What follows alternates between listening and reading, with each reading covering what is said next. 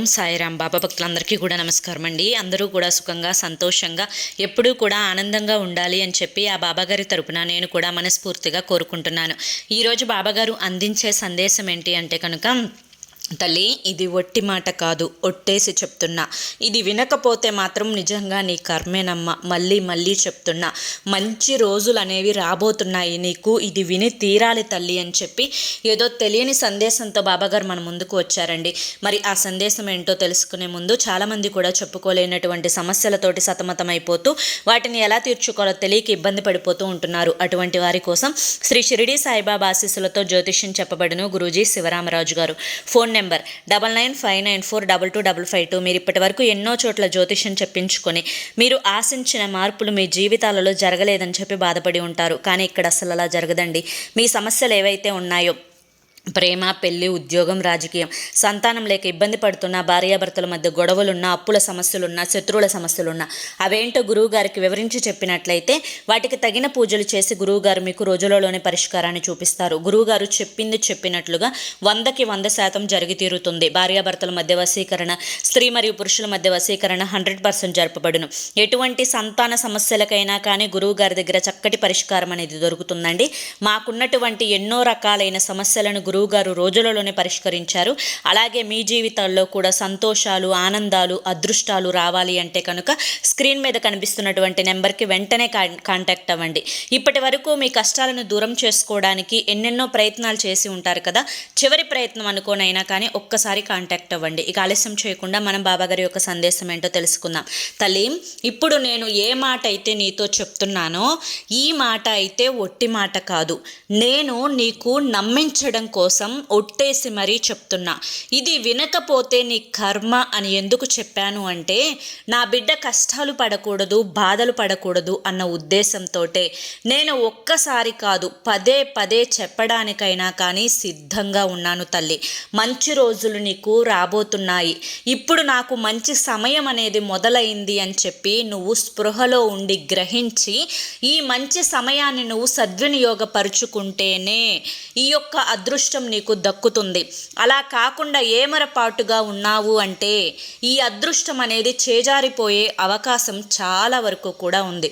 బిడ్డ, ఎప్పుడైతే నువ్వు నా వాళ్ళు అని చెప్పి నమ్మి నీకు వచ్చినటువంటి విద్యను ఎదుటి వారితోటి నువ్వు పంచుకోవడం ఏమాత్రం తప్పు కాదు. కానీ ఎప్పుడైతే నువ్వు అలా పంచుకునే పక్షంలో ఎంతవరకైనా కానీ అతి అనేది ఎప్పుడూ పనికిరాదు. కొన్ని లిమిట్స్ అనేవి దానికి ఉంటాయి. ఆ లిమిట్స్ని దాటి కుడుమిస్తే పండుగ అని చెప్పి అనుకొని ప్రతిదీ కూడా నువ్వు చిన్న విషయం, పెద్ద విషయం, దాపరికం అనేది లేకుండా నువ్వు సాధించాలి అనుకున్న విజయాన్ని ముందుగానే వారికి చెప్పేసేసి, నువ్వు రేపేం చేయబోతున్నావో కూడా చెప్పేసేసి, నువ్వు క్షణం తర్వాత ఎక్కడికి వెళ్తావో కూడా చెప్పేసేసి, ఇలా ప్రతిదీ కూడా దాపరికం, గోప్యం అనేది లేకుండా చెప్పుకుంటూ పోయావు అంటే కనుక నీ యొక్క ప్రతి అడుగుని గమనిస్తున్నటువంటి వారు నీ దగ్గర వాళ్ళైనా కూడా నీ మీద ఈర్ష్యను, అసూయను పెంచుకునే అవకాశం అయితే ఉంటుంది. ఎందుకంటే మానవ జన్మ యొక్క సాధారణమైనటువంటి ప్రతి ఒక్కరిలో ఉండేటువంటిదే స్వార్థం. ఏ స్వార్థం లేకుండా, ఏ కల్మషం లేకుండా, ఏ ఆశ లేకుండా ఏ మనిషి కూడా ఉండడు. కాబట్టి నువ్వు ఎవరి విషయాలలో స్వార్థం పడకపోయినా కానీ, ఈర్ష్య పడకపోయినా కానీ, అసూయ పడకపోయినా కానీ, నువ్వున్నట్లే ప్రతి ఒక్కరూ ఉంటారు అని చెప్పి అనుకుంటే అది ఖచ్చితంగా పొరపాటు అవుతుంది కదా తల్లి. కాబట్టి నేను నీకు ఇప్పుడు చెప్పాలి అనుకుంటున్నది ఏంటి అంటే, నువ్వు ఎవరైతే నా అని చెప్పి నమ్ముతున్నావో వారు 100% నీవారు కాదు.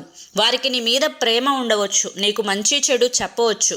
కానీ వారి యొక్క లిమిట్స్ దాటి వేరే వారు, వారి సొంత వాళ్ళు ఎవరైతే ఉన్నారో వారా నువ్వా అని చెప్పి పక్కన పెడితే ఖచ్చితంగా వారు వారినే ఎంచుకుంటారు. నీ మీద స్వార్థం, ఈర్ష్య ఆ మూమెంట్లోనే వచ్చేస్తుంది.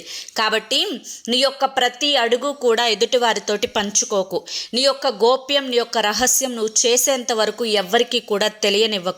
నువ్వు వేసే అడుగు పలానా అని చెప్పి ఎప్పుడూ కూడా నోరు జారకు.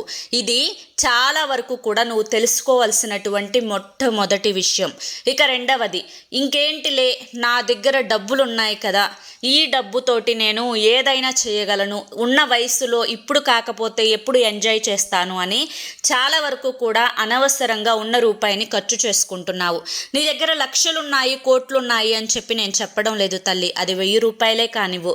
ఒక వస్తువు కొనాలి అనిపించడం తప్పు కాదు, కానీ ఆ వస్తువు అవసరం లేకుండా కొని పక్కన పడేస్తే తప్పవుతుంది. అది నీకు ఎంతవరకు అవసరం, దాన్ని నువ్వు రోజు వాడతావా, ఎప్పుడన్నా ఒకసారి వాడతావా, అది లేకపోయినా నీకు జరుగుతుందా, అది ఉంటేనే జరుగుతుందా, ఇలా ప్రతీది కూడా అంచనా వేసుకుని దాన్ని తీసుకునే ప్రయత్నం చెయ్యి.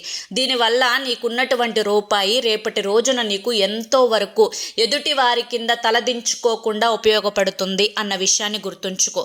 ఇవి చిన్న చిన్న విషయాలే వినడానికి, కానీ వినకపోతే మాత్రం కర్మ తప్పదు తల్లి. ఎందుకంటే ఒకానొక వయసు వచ్చిన తర్వాత ఒకరి కింద, అది నీ కన్న బిడ్డలైనా సరే, వారి కింద నువ్వు చెయ్యి చాపినప్పుడు, వారు లేవు పొమ్మన్నప్పుడు కళ్ళల్లో నీకు నీళ్లు తిరుగుతాయి. చూసావా, అది కర్మ కాదా చెప్పు?